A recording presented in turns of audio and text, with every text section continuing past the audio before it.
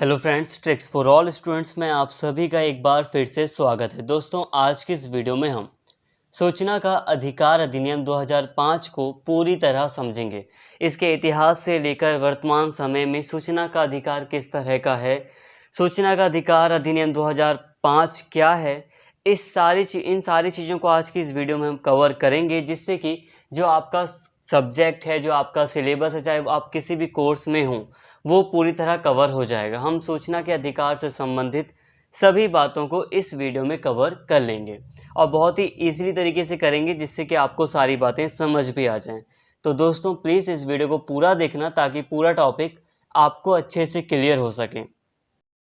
आगे सारी चीज़ों को समझें उससे पहले मैं आपको बता दूं कि सूचना का जो अधिकार अधिनियम है वो इतनी आसानी से सभी को नहीं मिला। भारत सरकार ने 2005 में सूचना का अधिकार अधिनियम लागू किया, बट सूचना का अधिकार अधिनियम लागू करने के लिए जो संघर्ष चला था वो 1970, 80 और 90 के दशक में स्पेशली बहुत ज़्यादा हो गया था, जिसके चलते सरकार को इस ओर ध्यान देना पड़ा और ये अधिनियम अस्तित्व में आया। इसकी कहानी जो है वो बहुत ही संघर्षपूर्ण रही है। सबसे बड़ी बात कि भ्रष्टाचार के रोकथाम के लिए ही ये संघर्ष किया गया था। बट कोई नहीं, सारी बातें करेंगे, आपको सारी बातें क्लियर हो जाएंगी। अब एक अरेंज फॉर्म में वीडियो को शुरू करते हैं। सबसे पहले हम बात करते हैं सूचना के अधिकार के कानूनी इतिहास की। देखिए, अगर हम बात करें भारतीय संविधान की, तो भारतीय संविधान में कहीं भी सूचना के अधिकार का अलग से कोई भी वर्णन नहीं किया गया। ऐसा कोई भी अनुच्छेद नहीं है, आर्टिकल नहीं है, जहां पर अलग से लिखा हो कि राइट टू इन्फॉर्मेशन जनता को दिया जाता है या राइट टू इन्फॉर्मेशन की बात की गई हो। भारतीय संविधान में ऐसा कोई भी अनुच्छेद नहीं है जो कि अलग से हमें राइट टू इन्फॉर्मेशन के बारे में बताए। लेकिन इस महत्वपूर्ण अधिकार को संविधान में अन्य मूल अधिकारों के संदर्भ में या उनके साथ जोड़कर उठाया जाता रहा है।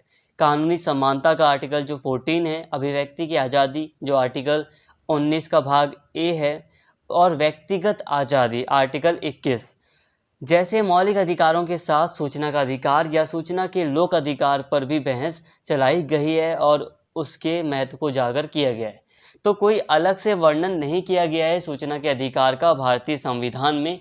बट हाँ, जो आर्टिकल 14 है और आर्टिकल 21 है, आर्टिकल 19 है, स्पेशली जो आर्टिकल 19 है अभिव्यक्ति की आज़ादी और व्यक्तिगत स्वतंत्रता का जो ये आर्टिकल है, इसके साथ ये माना जाता है कि इसी में सूचना का अधिकार भी निहित है। कई बार बहस जब की जाती थी तो कहा जाता था कि अभिव्यक्ति की आज़ादी के अंतर्गत ही सूचना का अधिकार भी निहित है और इसीलिए कई बार प्रेस वगैरह को सूचना देनी जरूरी हो जाती थी। तो अलग से भारतीय संविधान में कहीं वर्णन नहीं था और इन जो ये आर्टिकल 14 वगैरह हैं, इन्हीं से काम चलाया जाता था। इन्हीं आर्टिकल्स के बदौलत ये कहा जाता था कि भारतीय जनता को सूचना का अधिकार ऑलरेडी प्राप्त है। सरकार की जिम्मेदारी है कि वो अपने कार्य की सूचना जनता को दे। बट फिर भी कोई अलग से प्रावधान नहीं था सूचना के अधिकार को लेकर, इसीलिए कई बार प्रॉब्लम्स होती थी। एक्चुअली दोस्तों, भारत में सूचना के अधिकार की मांग भ्रष्टाचार को खत्म करने, भाई भतीजावाद, लाल फीताशाही, इस पर नियंत्रण लगाने के लिए इसकी मांग की जा रही थी।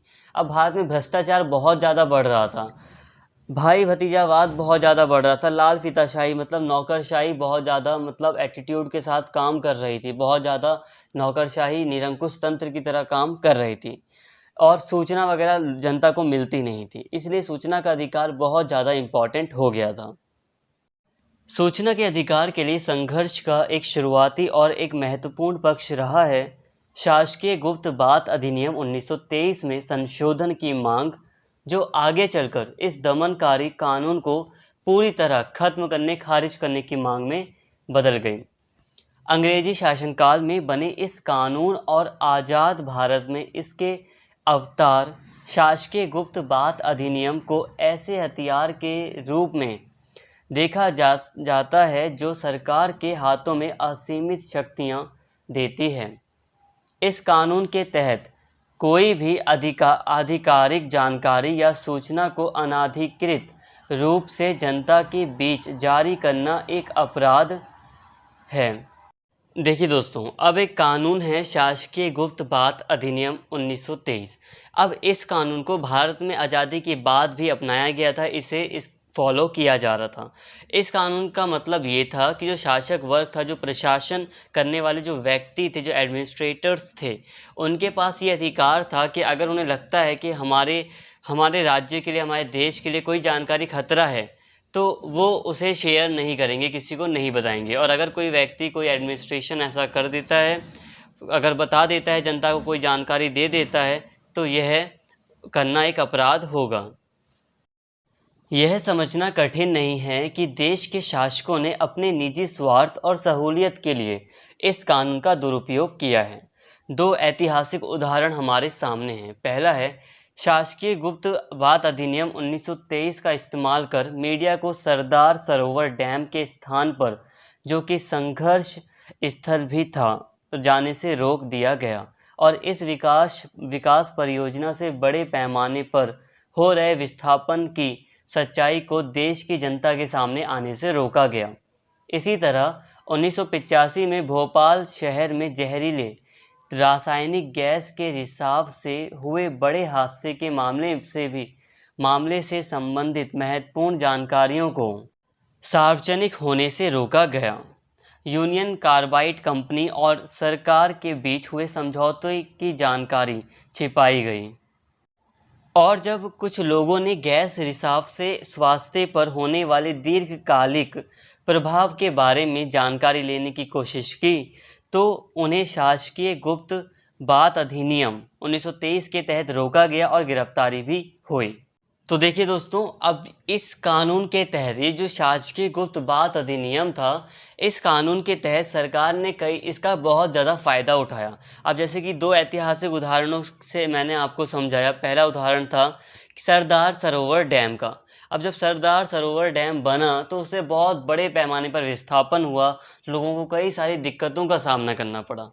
तो प्रेस को, मीडिया को वहाँ पर जाने, उसकी कवरेज करने से रोका गया, ये बात कहकर कि ये जो बातें हैं वो देश के लिए इम्पॉर्टेंट है, वो हम बता नहीं सकते हैं। शासकीय गुप्त बात अधिनियम का हवाला देकर उन्हें रोका गया, मीडिया को रोका गया, जिससे कि पूरा जो देश है वो लोगों की कठिनाइयों को, जो कि विस्थापित हो रहे थे, उसको नहीं जान सका। इसके अलावा 1985 में भोपाल गैस ट्रेजेडी हुई थी।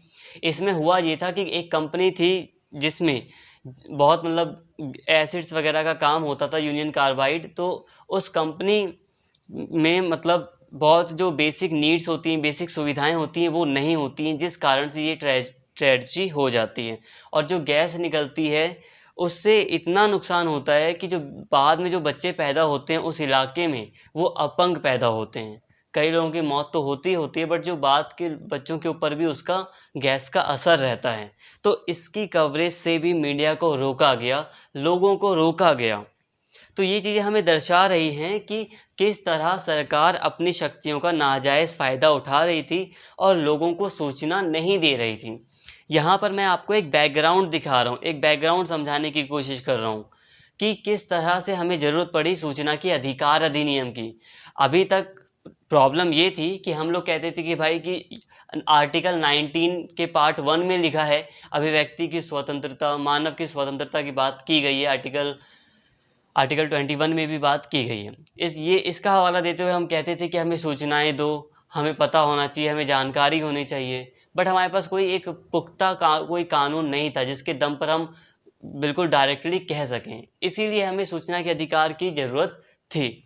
और इसी बीच आगे चलकर जब संघर्ष होता है, मांग होती है, जब मांग होती है तो आगे चलकर प्रेस काउंसिल ऑफ इंडिया के द्वारा 1996 में देश का पहला सूचना अधिनियम प्रारूप तैयार किया जाता है। अब ये प्रेस काउंसिल ऑफ इंडिया क्या है? देखिए दोस्तों, ये एक संगठन है, स्पेशली ये एक संसद का एक हिस्सा है, संसद का इसके ऊपर प्रभाव रहता है। अब इसके द्वारा अधिनियम तैयार किया गया, एक प्रारूप तैयार किया गया था सूचना के अधिकार का।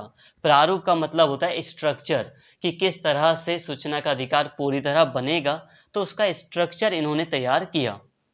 उसके बाद आगे चलकर अगले ही साल 1997 में एक महत्वपूर्ण कदम उठाया गया, राष्ट्रीय सूचना कानून की राह में एक महत्वपूर्ण कदम उठाया गया। भारत सरकार ने वर्किंग ग्रुप को गठित किया, जिसने एच.डी. शौरी की अध्यक्षता में सूचना की आज़ादी या फ्रीडम ऑफ इंफॉर्मेशन बिल का प्रारूप तैयार किया। देखिए, पहले 1996 में प्रेस काउंसिल ऑफ इंडिया ने किया था, बट उसके अलावा अब यहाँ पर 1997 में भारत सरकार ने एक वर्किंग ग्रुप, जिसके अध्यक्ष थे एच.डी. शौरी, उसको गठित किया, उसका गठन किया, जिसने सूचना की आज़ादी या फ्रीडम ऑफ इंफॉर्मेशन बिल का स्ट्रक्चर पूरा का पूरा तैयार किया। अब आगे चलकर वर्ष 2000 में केंद्रीय सरकार ने शौरी ड्राफ्ट पर पुनर्विचार कर उसमें संशोधन लाया और freedom of information bill FOI तैयार किया। अब देखिए दोस्तों, अब जो वर्किंग ग्रुप था एच.डी. शौरी जिसके अध्यक्ष थे, उसने फ्रीडम ऑफ इंश्योरेंस बिल तैयार किया था। अब 2000 में इस बिल में थोड़ा बहुत संशोधन किया गया, मतलब सुधार वगैरह किया गया, कुछ बातों को हटाया, कुछ बातों को निकाला, कुछ बातों को डाला, तो फिर से तैयार किया गया, थोड़ा सा पुनर्विचार किया गया। उसके बाद इसे पूरी तरह तैयार कर दिया गया। फ्रीडम ऑफ इंफॉर्मेशन बिल को 2000 में केंद्रीय सरकार ने पूरी तरह तैयार कर दिया, संशोधन वगैरह करके। फिर 2002 में यह बिल संसद में पारित हुआ और 2003 में इस कानून को स्वीकृति मिली, लेकिन सरकारी गजट में जारी न होने की वजह से इस कानून को लागू नहीं किया जा सका। अब इसके बाद वर्ष 2004 में यूपीए सरकार ने FOI, यूपीए सरकार आप समझ रहे होंगे, जो कांग्रेस की गठबंधन की सरकार थी, वो यूपीए सरकार ने FOI यानी कि जो फ्रीडम ऑफ इंफॉर्मेशन बिल था, उस कानून को खारिज कर दिया, मतलब खत्म कर दिया, और एक नया सूचना बिल तैयार कर संसद में प्रस्तुत किया।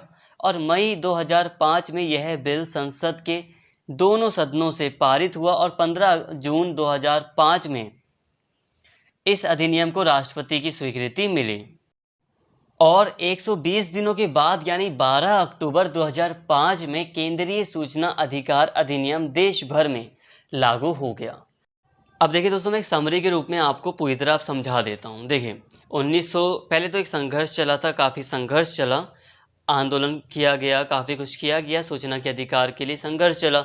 अब उस संघर्ष के बाद जब सरकार के ऊपर दबाव पड़ा, तो प्रेस काउंसिल ऑफ इंडिया ने 1996 में एक प्रारूप तैयार किया, एक स्ट्रक्चर तैयार किया सूचना के अधिकार का अधिनियम का, ठीक है। बट फिर 1997 में ही एक स्ट्रक्चर और तैयार किया गया, वो किसके द्वारा? भारत सरकार ने वर्किंग ग्रुप को गठित किया था, तो वर्किंग ग्रुप के द्वारा फ्रीडम ऑफ इंफॉर्मेशन बिल के नाम से सूचना के अधिकार का एक प्रारूप, एक स्ट्रक्चर तैयार किया गया। अब इसी के बाद जो सरकार थी उसने फ्रीडम ऑफ इंफॉर्मेशन जो बिल था अभी बनाया गया था जो 1997 में, उसमें थोड़ा बहुत संशोधन किया और फिर 2003 में इस कानून को स्वीकृति मिलने के बाद ये कानून बन जाता है, बनकर तैयार हो जाता है। ये कानून 2003 में बनकर तैयार हो गया, बट क्योंकि इसे सरकारी गजट में शामिल नहीं किया गया, मतलब इसे लागू नहीं किया गया, मतलब कानून बनकर तैयार हो गया था 2003 तक, बट इसे लागू नहीं किया गया था। अब जब नई सरकार आती है 2004 में यूपीए की, तो वो क्या करती है, इस बिल को पूरी तरह ख़त्म कर देती है। कहती है हम एक नया सूचना का अधिकार लाएंगे, थोड़ा बहुत इसमें गलतियां हैं, इसे ख़त्म करो, हम एक नया सूचना का अधिकार अच्छे से अच्छे सभी सारे प्रावधान वगैरह अच्छे से अपने हम सही से डालकर एक नया बिल तैयार करेंगे, फिर हम एक अधिनियम बनाएंगे सही से। तो 2004 में यूपीए की सरकार आई तो उसने एक नया सूचना बिल तैयार किया और उसे फिर 2005 में पास करवा दिया, फिर उसे स्वीकृति मिल जाती है राष्ट्रपति की, और इस तरह पूरे देश में एक सूचना का अधिकार अधिनियम 2005 पारित हो जाता है, लागू हो जाता है। तो इस तरह मिलता है पूरे देश को अपना सूचना का अधिकार। आप समझ गए होंगे यहाँ तो, राइट टू इंफॉर्मेशन पूरा का पूरा मिल जाता है 2005 में पूरे देश को। हालांकि 2005 में जम्मू कश्मीर के लिए ये अधिकार नहीं था, बट हाँ अब तो जम्मू कश्मीर केंद्र शासित प्रदेश है, तो जम्मू कश्मीर पर भी सूचना का अधिकार अधिनियम अब लागू होता है। तो यहाँ तक आप समझ गए। अब दोस्तों यहाँ पर हमने एक चीज़ छोड़ दी, क्या आपको पता है वो क्या है? वो चीज़ ये है कि हमने ये तो समझ लिया कि ये कानून बना कैसे, तो अब हमने बट ये नहीं समझा जो संघर्ष था वो कैसा था, वो जो आंदोलन किया गया था सूचना के अधिकार के लिए वो कैसा था। अभी हमने इसको नहीं समझा, हमने एक हल्का-हल्का समझा है। अब यहाँ पर मैं बहुत कम शब्दों में आपको समझाऊँगा कि वो संघर्ष कैसा हुआ था। सूचना के अधिकार का संघर्ष कैसा था, बस 2-4 मिनट में आपको समझा दूँगा। तो देखिए दोस्तों, वर्ष 1996 के अप्रैल की एक गर्म दोपहरी में ब्यावर राजस्थान में जो जगह है, आसपास के जो स्थानीय निवासी थे, एक विशाल प्रदर्शन निकालते हुए शहर के सब डिविजनल अफसर को एक याचिका दी, जिसमें उन्होंने रोटी कपड़ा और मकान की मांग नहीं की, बल्कि इन आंदोलनकारियों ने, प्रदर्शनकारियों ने अपने लिए सूचना के अधिकार की मांग की थी। और इन प्रदर्शनकारियों और आंदोलनकारियों का जो नेतृत्व कर रहे थे वो थे, जो संगठन नेतृत्व कर रहा था वो था मजदूर किसान शक्ति संगठन MKSS। ये संगठन इनका नेतृत्व कर रहा था। तो देखिए दोस्तों, एक्चुअली बात ये थी कि मज़दूरों को, जब मज़दूर काम वगैरह करते थे, सरकारी काम वगैरह होता था, तो मज़दूरों को उतना पैसा नहीं मिलता था जितना कागज़ के ऊपर पैसा लिखा जाता था। हकीकत ये थी कि कई मज़दूर बहुत ज़्यादा काम करते थे और कागज़ पर वो काम शो नहीं होता था। वो काम मज़दूरों से करा लिया जाता था और कागज़ पर वो शो नहीं करते थे और उन्हें पैसा भी कम देते थे मज़दूरों को, जो बड़े-बड़े जो ऑफ़िसर्स थे वो। तो सरकारी काम में बहुत ज़्यादा मतलब धांधली हो रही थी, भ्रष्टाचार हो रहा था। मज़दूर चाहते थे कि उन्हें साफ-साफ सूचना दी जाए, उन्हें पूरा अधिकार है कि उन्हें जानकारी दी जाए कि सरकार उन्हें कितना पैसा दे रही है, कागज़ में उनके लिए कितना पैसा लिखा जा रहा है, क्या मतलब कानूनी चीज़ें हैं, उन्हें सारी बातें पता होनी चाहिए। तो उनकी यही मांग थी। बट क्योंकि उन्हें सारी सूचनाएँ नहीं मिल पा रही थी, इस कारण से उन्होंने ये संघर्ष किया। इसके साथ ही ना केवल मज़दूर परेशान था, बल्कि अन्य इलाकों में भी जानकारी बहुत आवश्यक थी। सबसे बड़ी चीज़, भ्रष्टाचार को रोकने के लिए जितने भी सरकारी दफ्तर हैं, वहाँ पर भ्रष्टाचार हो रहा था। उस भ्रष्टाचार को अगर रोकना था, उसका पता लगाना था, तो सरकारी दफ्तर से सूचनाएँ लेना बहुत ज़रूरी था। बट जो सरकारी ऑफ़िसर्स थे, वो 1923 का जो शासकीय गुप्त बात अधिनियम था, उसका हवाला देते हुए लोगों को निकाल देते थे, कहते थे कि ये हमारी जानकारी बताना ज़रूरी नहीं है। इसीलिए ये संघर्ष हो रहा था। तो यहाँ पर जो संघर्ष थे वो बहुत ज़्यादा थे। धरना, रैली, जन सुनवाई के माध्यम से इस संघर्ष को आगे बढ़ाया गया। 1996 के विशाल धरने और भूख हड़ताल के फलस्वरूप पंचायती राज कानून में संशोधन किए गए और उसके 4 सालों बाद ही वर्ष 2000 में राजस्थान को अपना सूचना कानून मिला। अब देखिए दोस्तों, राजस्थान में सूचना कानून आ चुका था वर्ष 2000 में ही। समझ पा रहे हैं ना? पहले क्या हुआ कि पंचायती राज कानून में थोड़ा बहुत संशोधन किया गया, फिर उसके बाद सन 2000 में राजस्थान को उसका सूचना का अधिकार का कानून मिल गया था। और जो ये संघर्ष हुआ था स्पेशली राजस्थान में हुआ था, तो इसी कारण उन्हें अपना कानून पहले मिल गया था। बट हाँ, एक बात याद रखने वाली, ये जो संघर्ष था, इसी संघर्ष के कारण 2005 में पूरे देश को सूचना का अधिकार अधिनियम मिला। तो दोस्तों, आई होप यहाँ तक आप काफ़ी अच्छे से समझ चुके होंगे। वैसे हाँ, ये बात आप ध्यान रखना कि 2005 में तो पूरे देश के लिए सूचना का अधिकार आ गया था, बट हाँ 2005 से पहले कुछ राज्यों ने, जैसे कि राजस्थान, मध्य प्रदेश, दिल्ली ने भी 2005 से पहले सूचना का अधिकार अपने राज्यों में लागू कर दिया था। जैसे कि राजस्थान और कर्नाटक ने 2000 में लागू किया था, सूचना का कानून दिया था जनता को, और 2001 में दिल्ली और असम राज्य ने अपना सूचना का अधिकार अधिनियम तैयार किया था, बनाया था। इसके अलावा 2003 में मध्य प्रदेश ने RTI एक्ट बनाया था, तैयार किया था। तो फ्रेंड्स, हम यहाँ तक काफ़ी बातें समझ चुके हैं, काफ़ी जानकारी अब हमें हो गई है। पूरा कब सारी बातों को ही हम लगभग समझ चुके हैं। अब हम मुद्दे की बात पर आते हैं। अब मुद्दे की बात यह है कि हमने A to Z आगे पिछला सब समझ लिया। मेन चीज़ अब हमें समझनी है कि 2005 का जो ये अधिनियम था, सूचना का अधिकार अधिनियम, इसमें क्या क्या प्रावधान किए गए हैं। इसके तहत अगर आपको कोई सूचना चाहिए तो वो आप कैसे प्राप्त करेंगे, ये आपको पता होना चाहिए। वैसे यहाँ पर जितनी भी बातें की जा रही हैं वो सिर्फ मैं आपको जानकारी देने के लिए ही नहीं करा रहा हूँ, आपके सिलेबस के अकॉर्डिंग भी करा रहा हूँ। अब जितनी भी मेरी वीडियोस देखने वाले जो लोग हैं वो स्पेशली हायर एजुकेशन के स्टूडेंट्स हैं। तो हायर एजुकेशन में आपको सारी बातें पता होनी चाहिए, और सारी बातें अगर आप एक कॉलेज में जाकर लेते हैं तो एक प्रोफेसर उस लेक्चर को कम से कम 2 दिन में ख़त्म करता है। तो आप समझ सकते हैं कि 2 घंटे, तो 2 घंटे ना सही आधे घंटे 1 घंटे में मैं आपको अगर दे देता हूँ इन्फॉर्मेशन, तो ये आपके लिए काफ़ी बेनिफिशियल ही है।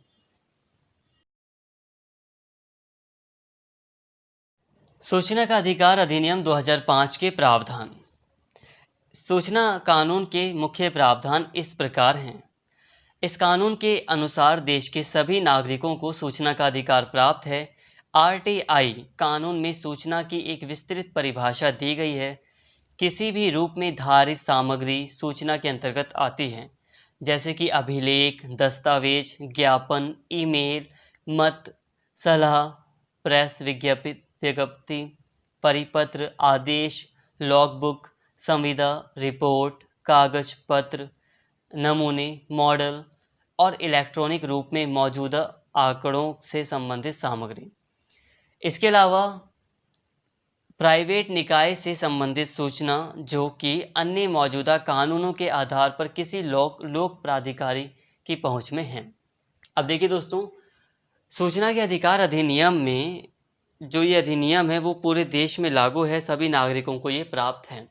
अब इस अधिनियम में सूचना को परिभाषित किया गया है कि सूचना का मतलब क्या है। अब देखिए, सूचना किसी भी तरह की हो सकती है, चाहे वो ईमेल के द्वारा आपको कोई जानकारी मिल रही है या दे रहा है कोई व्यक्ति, तो वो भी सूचना होगी। कोई अभिलेख है, कोई कागज़ में लिखी हुई बात है, तो ये भी सूचना है। सूचना किसी भी प्रकार की हो सकती है। यहाँ पे बहुत सारी चीज़ें बताई गई हैं, सलाह, इलेक्ट्रॉनिक, तो यहाँ पे ये सूचनाएं हैं। इसके साथ ही ऐसी सूचनाएं भी प्राप्त की जा सकती हैं जो कि किसी प्राइवेट निकाय, जैसे कि कोई प्राइवेट सेक्टर है, कोई प्राइवेट कंपनी है, उस कंपनी में अगर कोई लोक प्राधिकारी की पहुंच है, मतलब कोई लोक प्राधिकारी, कोई पब्लिक ऑफिसर है जिसके पास किसी प्राइवेट कंपनी की जानकारी आती है। मतलब मान लो अगर मैं एक पब्लिक ऑफिसर हूँ और मेरे पास कुछ स्कूलों की जानकारी आती है, कुछ स्कूल वाले मुझे अपने स्कूल की जानकारी देते हैं जो कि प्राइवेट हैं, तो उन प्राइवेट स्कूलों की जानकारी भी लोग मुझसे मांग सकते हैं, क्योंकि मैं तो एक लोक अधिकारी हूँ, एक पब्लिक ऑफिसर हूँ। तो पब्लिक ऑफिसर के पास अगर प्राइवेट सेक्टर की भी जानकारी होती है तो वो उसे देगा। अगर वो किसी प्राइवेट कंपनी की जानकारी रखता है तो वो जनता को वो देगा। सूचना के अधिकार का मतलब है इस अधिनियम के अंतर्गत उस पहुंच योग्य सूचना पर अधिकार जो किसी लोक प्राधिकारी द्वारा या उसके नियंत्रण के अधीन है। अब देखिए दोस्तों, आपका सूचना या हमारा सूचना का अधिकार वही है जहां तक हमें सूचनाएं मिल सकती हैं, जिन विषयों पर हमें सूचना मिल सकती है वही हमारा सूचना का अधिकार है। अब देखिए, कुछ विषय होते हैं राष्ट्रीय सुरक्षा के, तो उनसे संबंधित जानकारी हमें नहीं मिल सकती है, तो वो चीज़ हमारी सूचना के अधिकार में नहीं आती है। तो हमारी सूचना का अधिकार वही है जो कि जहाँ तक हम पहुँच सकते हैं, जो सूचना हम पा सकते हैं वही हमारा अधिकार है, और जो लोक प्राधिकारी के नियंत्रण में है। लोक प्राधिकारी यानी कि जो पब्लिक ऑफिसर है उसके अंडर में अगर कोई सूचना है तो वो मिल सकती है हमें। अब जैसे कि कुछ प्राइवेट सेक्टर्स होते हैं, अब कुछ प्राइवेट सेक्टर में कोई दुकान है, कोई चीज़ है, अब उसकी जानकारी किसी पब्लिक एडमिनिस्ट्रेशन के पास नहीं है, किसी पब्लिक ऑफिसर के पास नहीं है, तो वो आपको कैसे देगा? तो जो जानकारी पब्लिक ऑफिसर के पास है वही चीज़ सूचना के अधिकार में आती है, और जो सूचनाएं आप पा सकते हैं जो कि जनता के लिए है वाकई में, तो वही आपका सूचना का अधिकार है। अब यहाँ पर एक इम्पॉर्टेंट बात कही गई है, इसकी कानून की धारा 4 में सक्रिय प्रकटीकरण का प्रावधान है, जिसका मतलब यह है कि प्रत्येक लोक प्राधिकरण को निरंतर प्रयास करना चाहिए कि वह स्वयं प्रेरणा से जनता को नियमित अंतरालों पर विभिन्न साधनों के माध्यम से, खासकर इंटरनेट पर, सूचना उपलब्ध कराएं, जिससे जनता को सूचनाएं प्राप्त करने के लिए इस कानून का कम से कम प्रयोग करना पड़े। इस कानून के तहत सभी लोक प्राधिकरणों में लोक सूचना अधिकारी तथा अपील अधिकारी के निर्वाचन के माध्यम से कानून के कार्यान्वयन हेतु व्यवस्था के प्रावधान हैं। अब देखिए दोस्तों, इसकी धारा ये जो 2005 वाला जो ये कानून है सूचना का, इसकी धारा 4 में लिखा गया है कि जो विभाग हैं, जो संस्थान हैं, उनको अपने आप ही कोशिश करनी है, अपने आप ही ये कार्य करना है कि वो जनता को समय समय पर सरकार की सभी नीतियों, कार्य या जो भी इम्पोर्टेंट काम किए जा रहे हैं उसकी सूचनाएं प्रदान करें। मतलब कि जनता को खुद मांगना ना पड़े कि हमें भाई अभी अभी सड़क बनी है, ये इस सड़क की पूरी जानकारी दो, इसे बनाने में कितना खर्च आया है। तो इस प्रावधान में कहा गया है कि जो भी विभाग है संबंधित, उसे खुद ही ये जानकारी पहले ही जनता को दे देनी चाहिए कि ये जो सड़क है उसके बनने में इतना निर्माण आया है या वगैरह वगैरह जो भी बात है। तो यहाँ पर यही कहा गया है कि स्वयं प्रेरणा से जनता को नियमित अंतरालों पर, नियमित समय पर इंटरनेट के माध्यम से या जैसे पॉसिबल हो सूचनाएं प्रदान करें संबंधित विभाग, ताकि जनता को इस कानून का उपयोग बार बार ना करना पड़े कि पहले RTI फाइल करे जनता, फिर जाए पूछे, धक्के खाए इतने समय बाद फिर लोगों को जानकारी मिले। तो ऐसे करने की नौबत ही ना आए। और इसके साथ ही इस कानून को चलाने के लिए लोक सूचना अधिकारी होता है। लोक सूचना अधिकारी या अपील अधिकारी होता है या सहायक अधिकारी होता है। उसके तहत इस कानून का संचालन करने का प्रावधान किया गया है। इस कानून में यह स्पष्ट बताया गया है कि कौन सी सूचना प्रकटीकरण के दायरे से बाहर आती है। कानून की धारा 8(1) में ऐसी सूचनाओं की सूची दी गई है।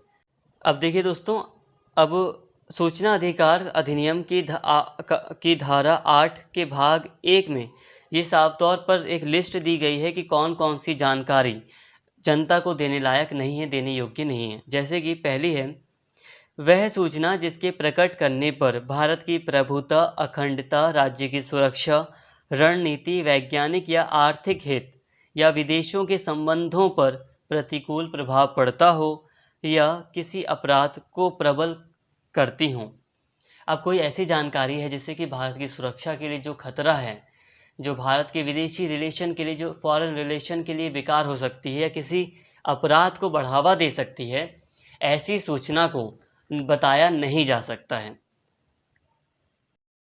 इसके अलावा सूचना जिसके प्रकाशन का किसी न्यायालय या अधिकरण द्वारा अभिव्यक्त रूप से निषेध किया गया हो या जिसके प्रकटन से न्यायालय की अवमानना होती हो। अब ऐसी कोई सूचना है जिससे कि न्यायालय का अपमान हो सकता है, अगर वो सूचना दी जाती है तो ऐसी सूचना भी नहीं दी जा सकती जिससे कि न्यायालय का अपमान हो सकता हो।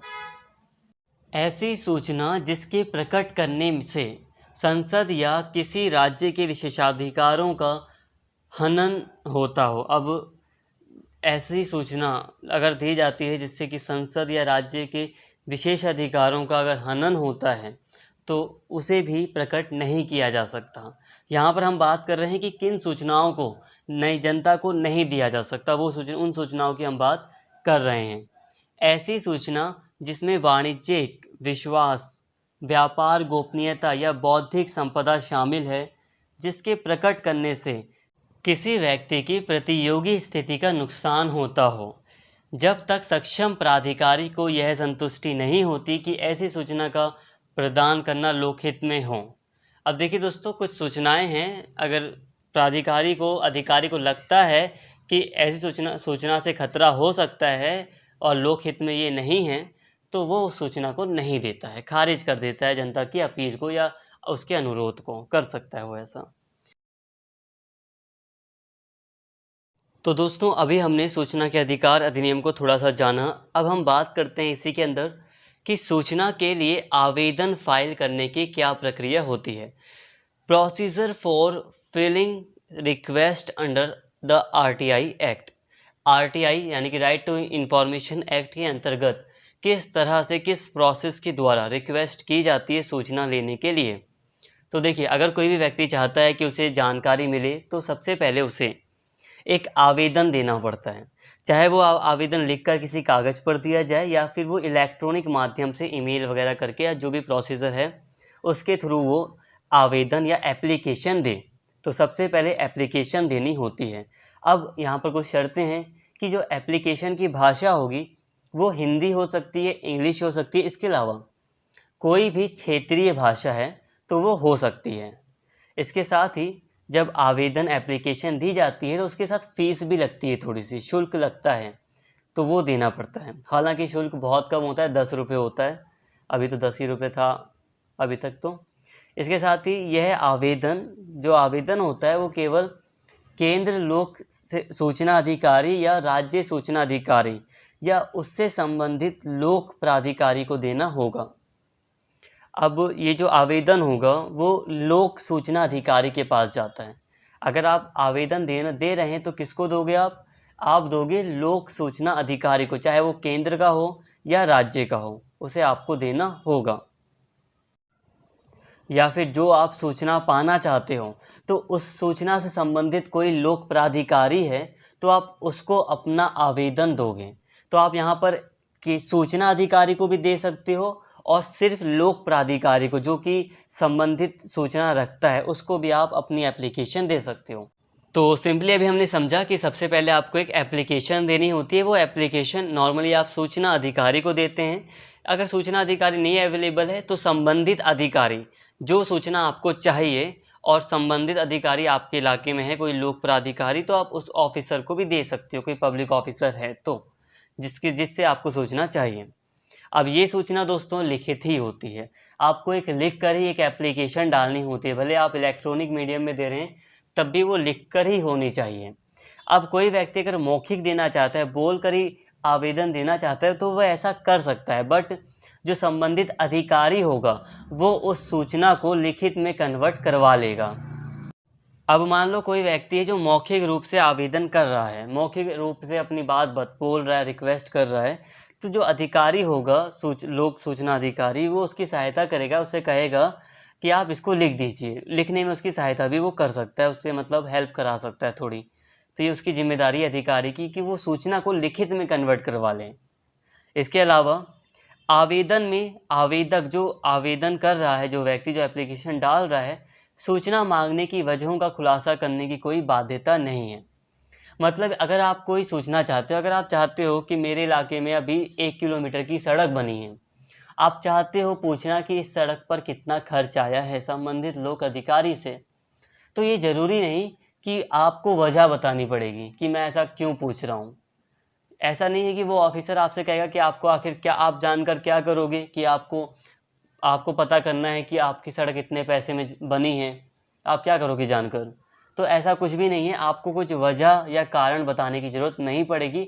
आप अगर सूचना चाहते हो तो सिंपली आपको वो सूचना मिल जाएगी। बस हाँ, आपको अपनी एप्लीकेशन में बस इतनी सूचनाएं डालनी हैं जिससे कि जो लोक सेवा अधिकारी है, लोक सूचना अधिकारी है, वो आपसे संपर्क कर सकें। आपको अपना नाम पता वगैरह डाल देना होगा, इतनी सूचना, अपना मोबाइल नंबर डाल सकते हो आप, जिससे कि आपको मतलब इन्फॉर्म किया जा सके, आपको सूचना दी जा सके। और जो ये एप्लीकेशन होती है वो बाय पोस्ट भी दी जा सकती है, इलेक्ट्रॉनिक मीडियम से भी दी जा सकती है, आप खुद जाकर दे सकते हो, जमा करा सकते हो। फ्रेंड्स, जो भी बातें मैं यहाँ पर बोल रहा हूँ मैं डायरेक्टली आपको समझा रहा हूँ और नोट्स यहाँ पे आपको दिखाई दे रहे हैं, आप उस नोट्स में और भी डीपली पढ़ सकते हो, बट यहाँ पे अब मैं समझा रहा हूँ। रीडिंग करना थोड़ा सा अच्छा नहीं लग रहा, इसलिए नॉर्मली मुझे तो पता ही है, तो मैं सारी चीज़ें आपको जल्दी जल्दी बस समझा दे रहा हूँ। तो अब आगे बढ़ रहे हैं। तो इसके साथ ही जो आप आवेदन करते हो वो पोस्ट वगैरह से कर सकते हो, ठीक है, बट इसके साथ ही यहाँ पे आप एक बात और है कि जो आवेदन लिखना है, जो एप्लीकेशन आपको लिखनी है, उसका फॉर्मेट क्या होता है ना, हर चीज़ का एक फॉर्मेट होता है। स्कूल की एप्लीकेशन हम लिखते थे तो उसका फॉर्मेट होता था, हिंदी में लिखते थे सेवा में प्रधानाचार्य टू द प्रिंसिपल। तो ये एक प्रारूप होता है, एक स्ट्रक्चर होता है। तो अब इसके लिए कोई स्ट्रक्चर है तो नहीं। सूचना अधिकारी, अगर आप रिक्वेस्ट कर रहे हो सूचना अधिकारी को, तो किसी भी स्ट्रक्चर में आप सूचना मांग सकते हो, किसी भी स्ट्रक्चर में आप अपनी एप्लीकेशन को लिख सकते हो, किसी भी तरह से। कोई स्पेसिफिक प्रारूप या स्ट्रक्चर नहीं है, कोई स्पेसिफिक फॉर्मेट आपको नहीं बताया गया है कि इस फॉर्मेट में आपको एप्लीकेशन लिखनी पड़ेगी। ऐसा कुछ भी नहीं है, किसी भी फॉर्मेट में आप एप्लीकेशन लिख के सामने वाले को, अधिकारी को दे सकते हैं।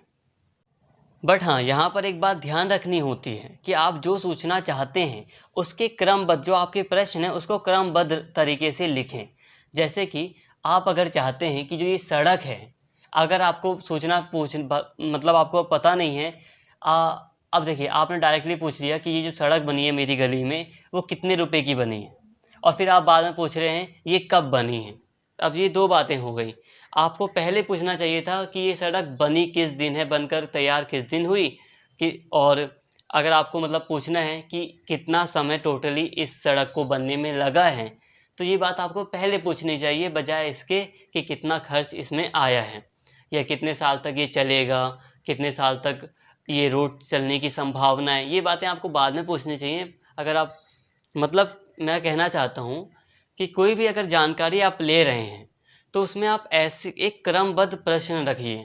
जो बातें पहले पूछने लायक हैं वो पहले रखिए, और जो बाद में पूछने वाली हैं वो बाद में रखिए, ताकि उसी हिसाब से आपको आंसर किया जा सके वन बाय वन क्वेश्चन का। जैसे कि कहते हैं ना कि रामायण खत्म हो गई और फिर लास्ट में पूछ रहे हैं कि राम कौन थे, सीता कौन थी। तो ऐसा ना हो, जो चीज़ पहले पूछने वाली है वो आप पहले पूछ लें, जो लास्ट में आपको पूछनी है वो लास्ट में पूछने वाली चीज़ है वो लास्ट में पूछें। तो एक क्रमबद्ध प्रश्न आपको रखने होते हैं। इसके साथ ही दोस्तों, अगर मान लीजिए आप किसी गलत लोक प्राधिकारी को आवेदन कर देते हैं, अब आपको करना था किसी दूसरे डिपार्टमेंट के लोक अधिकारी को, पब्लिक ऑफिसर को, बट किसी व्यक्ति ने किसी गलत ऑफिसर को कर दिया, तो अब ये ऑफिसर, जिस ऑफिसर के पास वो एप्लीकेशन आई है, वो ऑफिसर आपको इन्फॉर्म करेगा या उस व्यक्ति को इन्फॉर्म करेगा जिसने एप्लीकेशन डाली थी, और फिर वो उसको हस्तांतरित कर देगा, ट्रांसफ़र कर देगा सही डिपार्टमेंट में या सही ऑफिसर के पास। निर्धारित शुल्क के साथ आवेदन जमा होने के 30 दिनों के भीतर लोक सूचना अधिकारी की जिम्मेदारी बनती है कि आवेदन पर कार्यवाही समाप्त कर निर्णय ले। यदि आवेदन सहायक लोक सेवा अधिकारी को दी गई है तो कार्यवाही की समय सीमा 35 दिनों की होती है। तो नॉर्मली दोस्तों, जो अधिकारी है, लोक सूचना अधिकारी, उसकी जिम्मेदारी है कि अगर उसके पास सही से एप्लीकेशन आई है, फ़ीस वगैरह देकर अगर उसके पास एप्लीकेशन आई है पूरे प्रोसीजर के साथ, तो उसकी जिम्मेदारी है कि 30 दिन के अंदर उस पर अपना डिसीज़न सुनाए। अगर वो उसे खारिज करना है तो खारिज कर दे, अगर वो डिसीज़न देने योग्य एप्लीकेशन है तो उस पर अपना निर्णय दे, डिसीज़न दे, और सूचना जो भी प्रदान करनी है वो करे। अगर कोई सहायक लोक सेवक लोक सूचना अधिकारी है, मतलब असिस्टेंट है थोड़ा, तो उसके लिए 35 दिन दिए गए हैं कि 35 दिन तक उसके पास टाइम है कि वो उस एप्लीकेशन को सॉल्व करे, उस एप्लीकेशन का जवाब दे। अब यहाँ पर एक और इम्पॉर्टेंट चीज़ है कि यदि आवेदन में ऐसी सूचना के लिए अनुरोध किया गया हो जो कि किसी व्यक्ति के जीवन, आज़ादी और सुरक्षा के लिए महत्वपूर्ण है, तब आवेदन पर कार्यवाही 48 घंटे के भीतर समाप्त हो जानी चाहिए। यह जरूरी है कि आवेदन के साथ आवेदक यह भी सूचित करे कि वह कैसे जीवन और आज़ादी से संबंधित है। अब देखिए दोस्तों, सिर्फ हम यहाँ पर सड़कों की बात नहीं कर रहे कि सड़कों, पुलों या इत्यादि जो नॉर्मल चीज़ें हैं उनकी जानकारी हम विभागों से प्राप्त करते हैं। बहुत सारी चीज़ें होती हैं, बहुत सारे प्रोजेक्ट्स होते हैं, और भी बहुत सारी चीज़ें होती हैं जिनकी जानकारी हमें सूचना अधिकारी से मिल सकती है। अब कई बार ऐसा होता है कि किसी व्यक्ति के ऊपर केसेस लग जाते हैं, कोई व्यक्ति किसी समस्या में फंस जाता है और उससे संबंधित सूचना किसी लोक अधिकारी के पास होती है जो उसे बचा सकती है। अब मान लीजिए कि कोई व्यक्ति है जिसके जीवन के ऊपर खतरा आ गया है। अब उसे पता है कि उस संबंधित लोक अधिकारी के पास मेरे से संबंधित कुछ सूचनाएं हैं जो कि मुझे मतलब मुझ पर जो आरोप लग रहे हैं उससे मतलब मुझे छुटकारा दिला सकती है। अब मान लो कि कोई ऑफिसर है, अब उसके ऊपर भ्रष्टाचार का आरोप लग गया, उसके ऊपर एफआईआर हो गई, उसे गिरफ्तार कर लिया गया। अब उस ऑफिसर को खुद पता है कि संबंधित जो लोक अधिकारी है, सूचना अधिकारी है, उसके पास प्रोजेक्ट की पूरी फाइल है, उसमें मेरी ईमानदारी की सारी चीज़ें लिखी हुई हैं, उसमें साफ साफ लिखा होगा कि कहाँ पर कितना पैसा लगा है, जिससे प्रूफ हो जाएगा कि मैंने कोई भ्रष्टाचार नहीं किया। तो ऐसे में ऐसी जो कार्यवाही होती है वो उसका मतलब ये है कि उस व्यक्ति संबंधित व्यक्ति के जीवन, आज़ादी और सुरक्षा के लिए खतरा है। तो जल्द से जल्द 48 घंटे के अंदर संबंधित व्यक्ति को सूचना दी जाती है। मतलब यही है, शॉर्टली कहा जाए तो अगर बहुत ज़्यादा ज़रूरी हो जाता है लोक सूचना अधिकारी से सूचना प्राप्त करना, तो 48 घंटे के अंदर भी सूचना मिल सकती है अगर बहुत ज़रूरी होता है। बट हाँ, प्रूफ करना होता है व्यक्ति को कि संबंधित सूचना किसी व्यक्ति के लिए बहुत ज़रूरी है, तो वो मिल सकती है।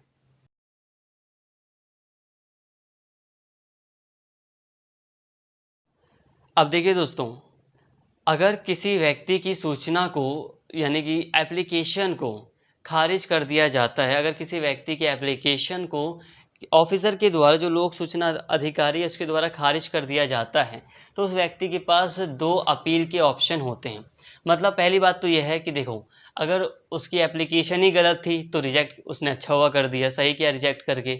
बट फिर भी अगर ऑफिसर की गलती है, उसने जानबूझकर गलत तरीके से एप्लीकेशन रिजेक्ट की है, वो सूचना नहीं देना चाहता, तो व्यक्ति के पास 2 अपील के ऑप्शन होते हैं। पहला होता है कि जो जन सूचना अधिकारी है, जो लोक सूचना अधिकारी है, उससे ऊपर का ऊंचे पद पर जो अधिकारी है, उससे वो अपील कर सकता है सूचना के लिए।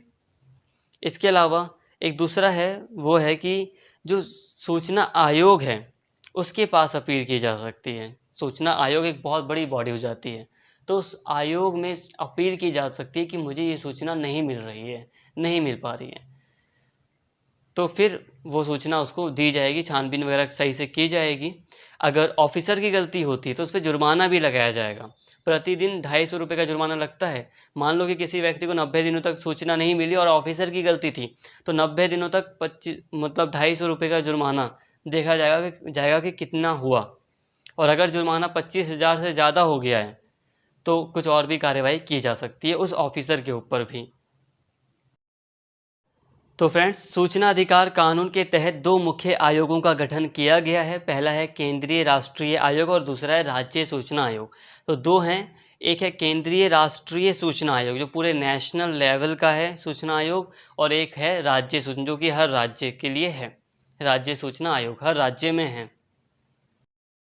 तो फ्रेंड्स, आज के इस वीडियो में हमने पूरी तरह ही सूचना के अधिकार को, उसकी संबंधित सभी बातों को पढ़ लिया। हालांकि सूचना के अधिकार में थोड़ी सी कमियां ये रह गई हैं कि सूचना के अधिकार में अभी उतनी ज़्यादा जागरूकता नहीं आई है। सूचना के अधिकार में उतनी ज़्यादा जागरूकता अभी समाज में नहीं फैली, स्पेशली ग्रामीण इलाकों में। ग्रामीण इलाकों की स्त्रियां अभी भी इससे परिचित नहीं हैं। बहुत सारे लोगों को इसके प्रोसीजर के बारे में सही से नहीं पता। अब इसमें थोड़ा प्रोसीजर जो है वो थोड़ा सा हार्ड हो जाता है कि किस अधिकारी को देना है, मतलब आवेदन किसको करना है। तो इससे संबंधित सूचनाएं लोगों के पास सही से नहीं है, जागरूकता की थोड़ी सी कमी है। और इसके अलावा जो ऑफिसर्स हैं वो भी थोड़ा बेकार रुख अपनाते हैं। अब उनके अंदर नौकरशाही वाली फीलिंग है, तो वो सोचते हैं कि अगर हम सूचना देंगे अपनी काम की तो इसका मतलब ये है कि लोग हमारे काम की निगरानी कर रहे हैं। हम उनका सूचना देने का मन भी नहीं करता कई बार। तो यहाँ पर थोड़ी सी कमियाँ भी हैं सूचना के अधिकार के अधिनियम में। बट फिर भी दोस्तों, हमें पढ़ना था सूचना का अधिकार अधिनियम, जिसे हमने पूरी तरह कवर कर लिया है। तो आई होप आपको वीडियो अच्छी लगी होगी, समझ में आ गई होगी। समझ में ना भी आई है तो एक बार और धीरे धीरे करके वीडियो को समझिए, थोड़ा थोड़ा रुक रुक कर देखिए, समझ में डेफिनेटली आ जाएगी। पहली बार होता है, कोई चीज़ जल्दी समझ नहीं आती है, कुछ चीज़ें लगती हैं, हार्ड लगती हैं, बट ऐसा नहीं है, आ जाएगा समझ में।